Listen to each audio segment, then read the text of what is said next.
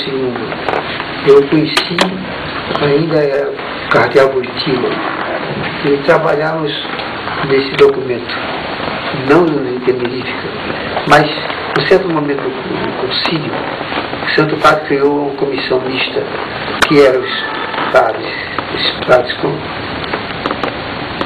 que trabalhavam na elaboração do documento Gaudium et Spes, então, fui da comissão para o apostolado leigo, e depois fui da comissão de doutrina. Ele era da comissão de doutrina, eu era da comissão do apostolado leigo. Como o Papa reuniu as duas comissões, para surgiu o documento para estudar o Gaudium et Spes. Eu dividi pouco contato com ele, senão era na minha frente, porque era por precedência da nomeação para arcebispo. E de um lado é a comissão de doutrina, do outro lado a comissão intermirífica. Então eu tive poucos contatos com ele. Mas já na eleição dele eu já estava com o cardeal. E aí foi uma aproximação muito maior. Mas logo depois da eleição, eu ia muitas vezes a Roma, para ter um intervalo entre um trabalho e outro trabalho. Então eu resolvi ir visitar, conhecer a terra dele, os meios, os padres que eram amigos dele e tal. E aproveitando ainda esse intervalo, eu fui para a Polônia para sentir o ambiente em que ele se formou. Agora, depois disso, realmente houve um contato muito grande, porque muitas reuniões, por exemplo, a comissão administrativa do Vaticano, ele sempre foi chamado para o almoço. E aqui, quando ele veio, ficou nessa casa, aqui, ele estava sentado aqui, com os intelectuais aqui do Rio de Janeiro. Isso para mim foi muito importante, mas é o Papa Paulo II. Eu tive com ele muitos contatos, em muitos lugares. Em Cuba, ele foi a Cuba, eu fui também. Ele já Papa, né? Então daí era um contato de outra espécie, mas eu acho que eu devo muito, porque o Papa anterior a ele marcou também muito, foi o Paulo VI. Porque eu sempre ia perguntar, como é que o senhor tem tanta segurança nas coisas? É porque, uma vez, estando em Roma, não estando aqui, recebo aqui um pedido do Papa Paulo VI, que quando eu fosse a Roma eu procurasse. Eu nunca procurava o Papa, eu já ia muitas vezes, não era cardeal, ia muitas vezes, mas se o Papa é tão ocupado, quando eu tinha alguma coisa, não eu já estava com ele muitas vezes, levava uma carta minha pedindo alguma coisa. Mas, depois eu recebi esse pedido dele, com a determinação que eu estivesse com ele. Eu fui, na primeira viagem a Roma, eu pedi audiência e fui dar audiência, e então, a maior parte do tempo ele foi ele que falou. Em síntese, aí que explica muito, em síntese, o Papa queria dizer, sabia o que eu fazia, sabia muito o que eu fazia aqui. Evidentemente havia várias posições diferentes, a gente pode pensar, hoje teria muita mais tranquilidade do que havia algum tempo atrás. Mas eu mantinha muito uma determinada linha. E ele então, falando, ele sabia o que eu tinha feito, como tinha feito, que eu devia continuar a fazer assim, que assim é que estava certo. Então, isso dito pelo Papa, deixa a pessoa numa situação extremamente cômoda. Porque não me interessava se a pessoa me atacava ou não atacava. Quando achava que muita gente me perguntava, mas não sabia que o senhor recebeu tantos refugiados políticos e tudo. É que eu não dizia o que eu estava fazendo, que se eu dissesse não ganhava, não ganhava o bem que eu queria para a pessoa que estava. Se a pessoa está presa. Quando eu me dizia com as autoridades, inclusive com o presidente da República, eu não começava atacando. Eu começava dizendo que havia isso que estava errado. Mas não ia. Eu sempre faço essa comparação. Quem tem uma unha encravada, sabe?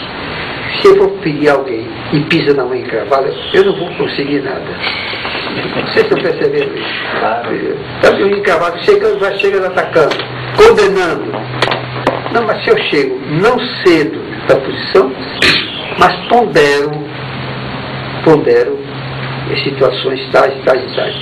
Daí foi uma situação que para mim me ajudou imensamente, e eu não marchei até o fim, e continuo atualmente, porque da amizade surgem muitas mais facilidades também. Então eu direi isso, que o João Paulo II teve aqui na visita, fez 2 visitas aqui. Tem 2 prédios para o Brasil, lá plantados por ele, como marcando a vida dele. Um é raquíticozinho, porque não se preparou bem o terreno, as outras estão áreas bonitas. Depois os contatos todos em Roma, e eu acho que o Papa foi realmente um Papa extraordinário. E a vida dele, eu acho que a igreja toda educou imensamente, como também agora com João Paulo Pedro XVI, porque cada Papa tem a sua face própria, o seu objetivo próprio.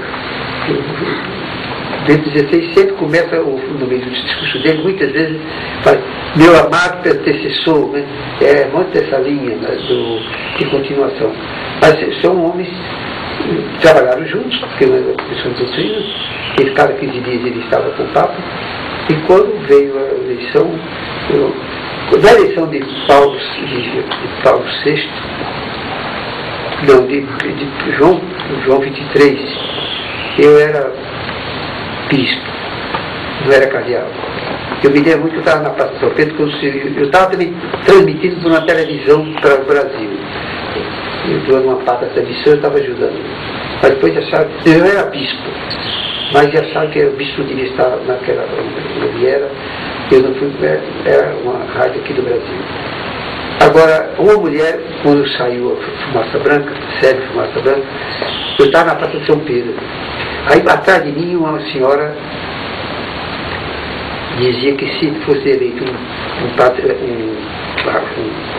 cardeal que era do Oriente, se fosse eleito aquela pessoa, ela se converteria. Mas não foi. Mas quem foi eleito foi uma pessoa que era um velho, que era gordo, que era todo mundo. O que é que tem João Paulo de Pio XII? Pio XII era um homem assim, intelectual, extraordinário também, extraordinário. E aí foi eleito João XXIII, foi um sucesso fantástico. Em pouco tempo fez uma coisa, um conselho. Agora aquela mulher atrás de mim, se fosse um tal cardeal que era do Oriente, ela se converteria para a igreja, não era católica. Aí sai um homem gordo, velho, e a mulher, foi um grande sucesso no mundo, porque sucedeu Pio XII, como é que vai ser?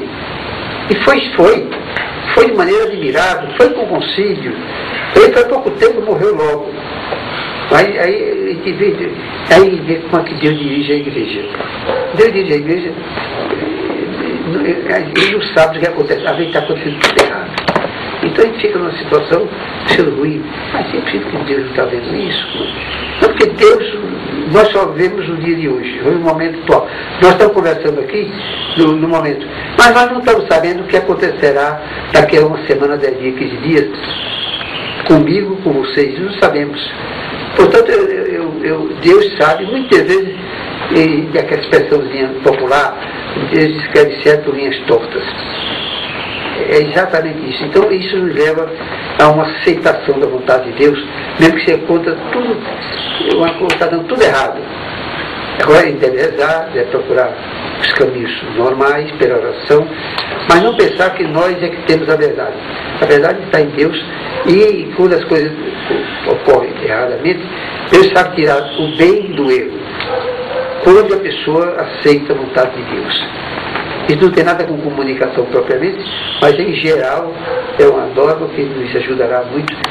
Quando essa sucessão dos papas pode ser para nós um motivo de surpresa, mas a gente deve sempre pensar que Deus sabe o que nós não sabemos.